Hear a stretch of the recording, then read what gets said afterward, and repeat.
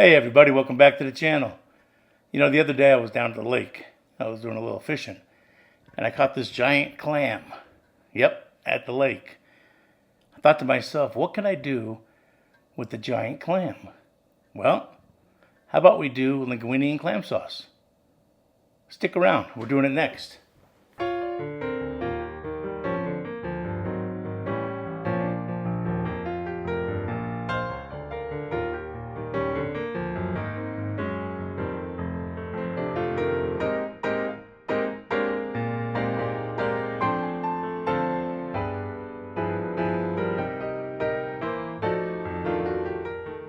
All right, let's get started. I've got one 8-ounce can of baby clams.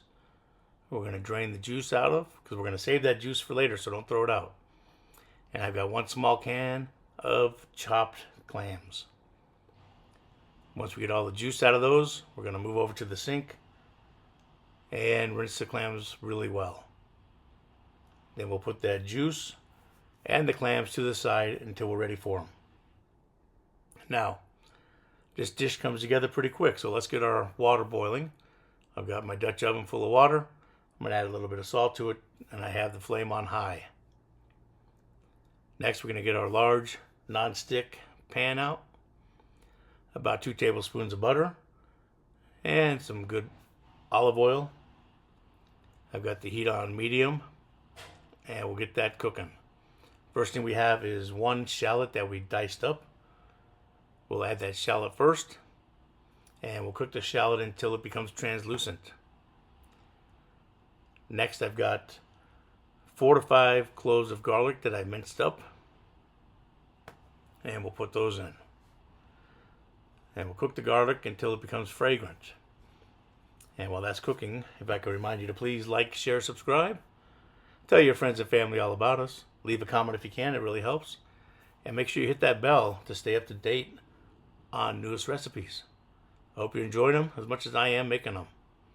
Alright, so once our garlic becomes fragrant, we're going to add between a half and 3/4 cup of dry white wine. Okay? There we go. And we'll let that cook for a little bit.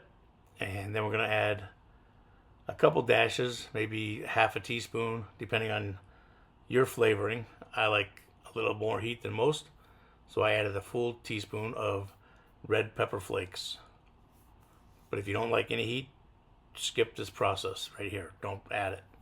I just happen to like that little kick. And we'll cook that for a little bit.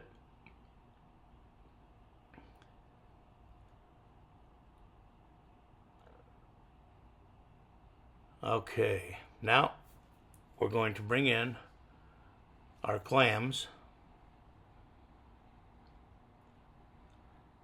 Put those right into the frying pan and start to cook those clams a little bit.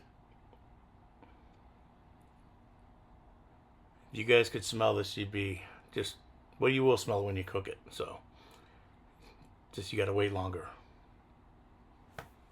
Next, we're going to add a little bit of that juice from the clams. And we'll reserve the rest of it in case we need to thin it out at any point. The next ingredient that we're going to add to this is a 1/4 cup of parsley. Either fresh or dried, doesn't really matter.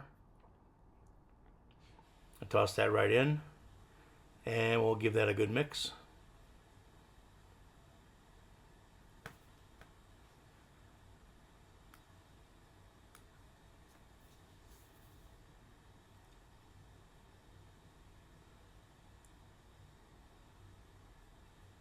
All right.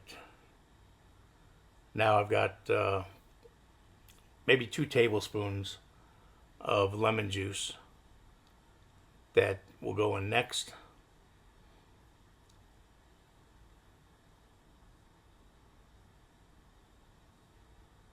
So we'll toss in that lemon juice and give it a mix. And now it's time to give it a taste. You always want to taste while you're cooking to see if you need to add anything else to the dish. So make sure you always give it a little taste and discard the spoon. You don't use the same spoon for a second taste. Always use a new spoon. And it was perfect. So now it's time to add our pasta that we cooked. And did you notice I've got thin spaghetti because I thought I had linguine, but I didn't. But thin spaghetti works just as well. So we're going to add the pasta to the dish, and we're going to stir it up, mix it up, get every piece of pasta coated nice before we start to plate. Actually give it a couple hits there, and we have it done there. Perfect. Alright, so we're going to get our plate out, and we're going to plate this up. We'll add a little bit of extra sauce on top at the end, and you've got yourself a delicious, fresh linguine and clams that is to die for. I had a baguette that I sliced up thin to serve with it because you want to get all that juice as well. So use that bread to suck up all the juice at the end. Hey, thanks for watching. Hope you come back soon, and have a great day.